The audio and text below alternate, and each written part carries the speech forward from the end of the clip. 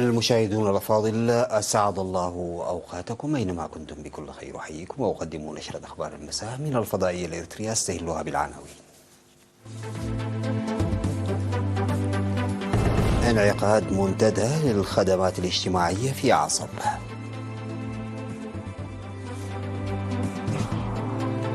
التبرع بأكثر من 10,000 كيس من الدم في الأشهر الماضية. معدل الولادة في المرافق الصحية في مديرية أصمات تحقق ازديادا ملحوظا. مقتل 10,000 فلسطيني في غزة والولايات المتحدة ترسل غواص نووية. رئيس الوزراء العراقي يصل طهران بعد يوم من لقاء بلينكن. مقتل وإصابة العشرات بهجومين في باكستان. السلام عليكم ورحمة الله. انعقد في مدينة عصب يوم 3 نوفمبر منتدى ناقش انتشار الخدمات الاجتماعية وكيفية الاستفادة منها والقضايا الإدارية والخدمية وغيرها. وقدم في المنتدى الذي شارك فيه أكثر من 500 ممثل عن إدارات الضواحي في مديرية عصب، قدم شرحا من المسؤولين المعنيين حول توفير مياه الشرب الصالحة والخدمات التعليمية والصحية من جهة، واستفادة الشعب منها والنواقص الموجودة من جهة أخرى. وقال حاكم إقليم جنوب البحر الأحمر السفير محمد سعيد منتاي إن الحكومة والشعب عملا معا لإرساء الخدمات الاجتماعية في السنوات الخمس الماضية، موضحا بأن العدالة الاجتماعية لا تشمل التوزيع العادل للمؤسسات فحسب، بل تشمل أيضا الاستخدام الواعي والمراقبة الجادة والمسؤولة. وذكر السفير محمد سعيد الجهات الحكومية بإعطاء الأولوية لحصول الشعب على خدمات عالية الجودة وفعالة وزيادة مشاركتهم في برامج التنمية، وخاصة إدارات الضواحي والقرى تنفيذ مسؤوليتهم جيدا لقربهم من الشعب. وشرح السفير محمد سعيد منتاي البرامج التنموية المزمع تنفيذها حاليا، خاصة تلك التي لها مساهمة مباشرة في تحسين معيشة الشعب، وحث الشعب على ضمان مشاركته المعتادة في تحقيقها. واقترح المشاركون مواصلة اللقاءات المماثلة وإيجاد حلول مستدامة لتوفير مياه الشرب الصالحة في عصب، وبذل جهود متضافرة لتعزيز القدرات التعليمية والعمل على توسيع البنية التحتية لمستشفى عصب. أعلن المدير الطبي لبنك الدم الوطني الدكتور يوهانس تخستي التبرع بأكثر من 10,000 كيس من الدم في الأشهر التسعة الماضية من هذه السنة. وأضاف أن الخطة الموضوعة استهدفت جمع 9,000 كيس، وقد جمع 10,144 كيسا بالتعاون مع الجمعية الوطنية للمتبرعين الطوعيين بالدم، وذلك بزيادة بلغت 13% عن الخطة الموضوعة. وذكر أنه قد تم تلبية حوالي 74% من متطلبات الدم الآمن في مستشفيات البلاد من بنك الدم الوطني في الربع الثالث من عام 2022، بينما سترتفع النسبة إلى 80% في الربع الثالث من عام 2023. وأشار إلى إجراء فحوصات مختلفة للتأكد من جودة وسلامة الدم المتبرع به، وإن الفحوصات التي أجريت على أكثر من 10,000 كيس من الدم المتبرع به أظهرت وجود فيروس نقص المناعة المكتسبة بنسبة 0.9% و0.1% باليرقان من نوع سي واليرقان من نوع بي 0.4% والزهري بنسبة 0.9%. وقال الدكتور يوهانس إن بنك الدم الوطني له شهادة عالمية بجودة محتواه من خلال عمليات التدقيق الداخلي المستمرة، ويعمل على زيادة عدد المتبرعين الطوعيين بالدم بانتظام. سجل معدل الولادة في المرافق الخدمية بمديرية أصمات بإقليم عنسبة سجل زيادة مشجعة بسبب الحملات التي أجراها الإداريون والمهنيون الصحيون ومجموعات العمل على مستوى المديرية وشركاء آخرون. وقال رئيس مكتب الصحة بالمديرية الممرض بيان عقبة سلاسي لوكالة الأنباء الإريترية أن عدد الولادات في المرافق الصحية في الأشهر التسعة الأولى من عام 2022 ارتفع بنسبة 5% مقارنة بالشهر نفسه من هذا العام، لتبلغ النسبة 75%، مضيفا أن معدل الأمهات اللائي يتلقين رعاية ما قبل الولادة ارتفعت إلى 85%. وأشار الممرض بياني إلى أنه تم افتتاح عيادة صحية جديدة في شغال هذا العام، مما يوسع الخدمات المقدمة فقط في مركز أسند الصحي ومحطة أورود الصحية. وأضاف أن عمليات زرقة العين وعظام العين وغيرها التي أجراها متخصصون من مستشفى كرن هذا العام لعبت دورا داعما في تقديم الخدمات الصحية، ويجب الدفع بمثل هذه العمليات. وأخيرا قام الممرض بياني بتذكير المجتمع برفع وعيهم حول الأمراض التي تنتقل من الحيوان إلى الإنسان، وتجنب الحليب غير المقلي واللحوم غير المطبوخة. وتضم مديرية أسماط 8 إدارات محلية و28 قرية. يقوم سكان نقفة بنفير لحماية التربة وحفظ المياه وصيانة الطرق. وأوضح السكان أنهم يعملون بتوظيف قدراتهم للاستقرار البيئي وإصلاح الأراضي المعرضة للانجراف.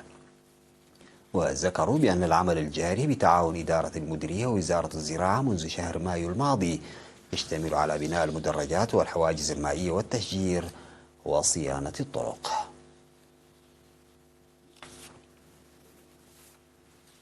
استشهد في الأول من نوفمبر المناضل كفلوم زرقت صفاصيان عن عمر بلغ 67 عاما جراء مرض ألم به.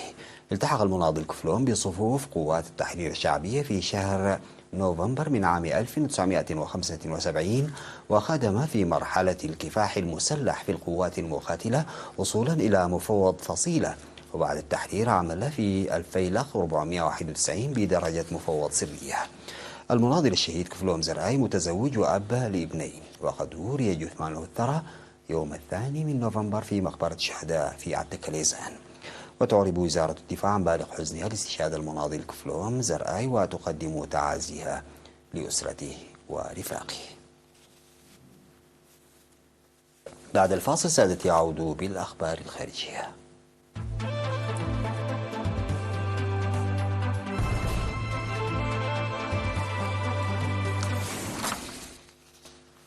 أصدر مسؤولو الوكالات الرئيسية التابعة للأمم المتحدة بيانا مشتركا نادرا أبدوا فيه غضبهم من عدد الضحايا المدنيين في غزة، مطالبين بوقف فوري إنساني لإطلاق النار في الحرب بين إسرائيل وحماس. وأعلن الجيش الإسرائيلي تنفيذ ضربات كبيرة في قطاع غزة وتقسيمه إلى شطرين، ذلك في خضم جولة إقليمية لوزير الخارجية الأمريكي أنتوني بلينكن زار فيها الضفة الغربية والعراق وتركيا بعد اجتماع مع وزراء عرب في الأردن.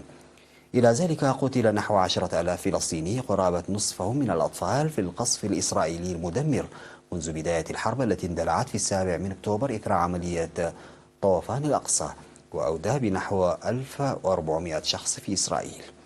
وأعلنت وزارة الصحة التابعة لحركة حماس في غزة الاثنين أن 200 شخص على الأقل قتلوا في القصف الإسرائيلي المكثف الذي نفذته القوات الإسرائيلية خلال الليل على قطاع غزة. في غضون ذلك بدأ وزير الخارجية الأمريكي أنتوني بلينكن محادثات مع نظيره التركي هاكان فيدان في أنقرة بعد جولة في الشرق الأوسط ركزت على الحرب الإسرائيلية في غزة. اعتبر وزير الخارجية الأمريكي أنتوني بلينكن خلال زيارة غير معلنة لبغداد أن الهجمات ضد القوات الأمريكية في العراق وسوريا والتي اشتدت وتيرتها بعد بدء الحرب بين حماس وإسرائيل غير مقبولة على الإطلاق. ووصل رئيس الوزراء العراقي محمد شيع السوداني إلى العاصمة الإيرانية طهران، واستقبله رسميا الرئيس الإيراني إبراهيم رئيسي في قصر سعد أباد.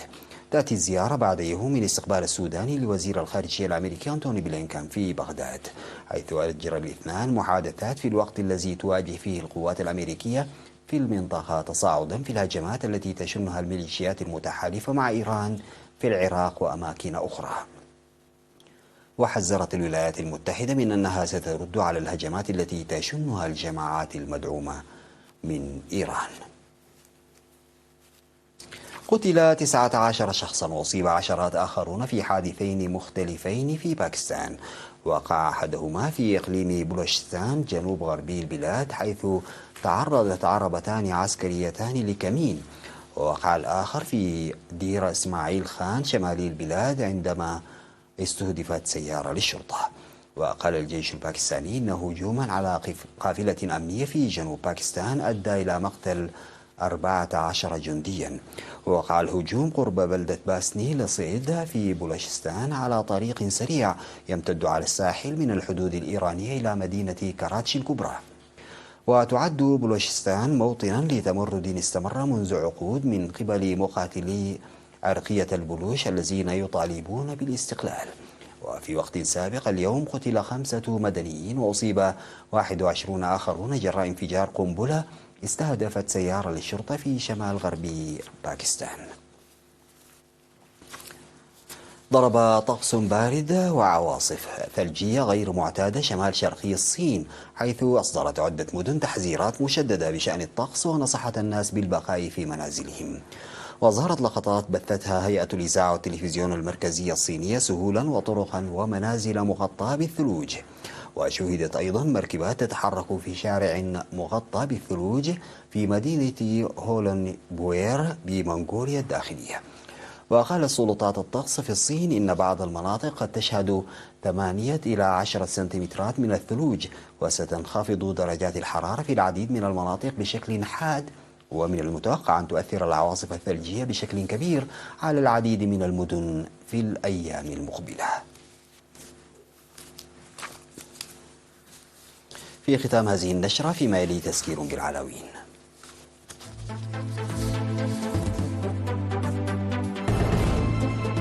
معي في عصب.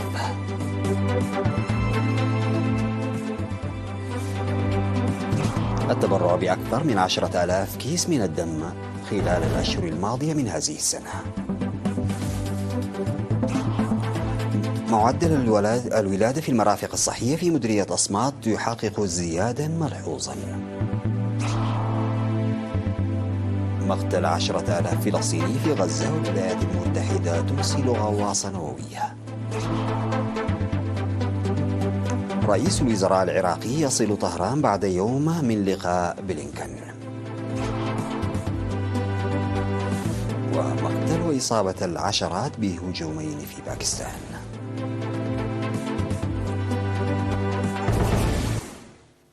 انتهت نشرة الأخبار قدمتها لحضراتكم من الفضائية للتطبيع. شكرا لمتابعتكم. السلام عليكم ورحمة الله تعالى وبركاته.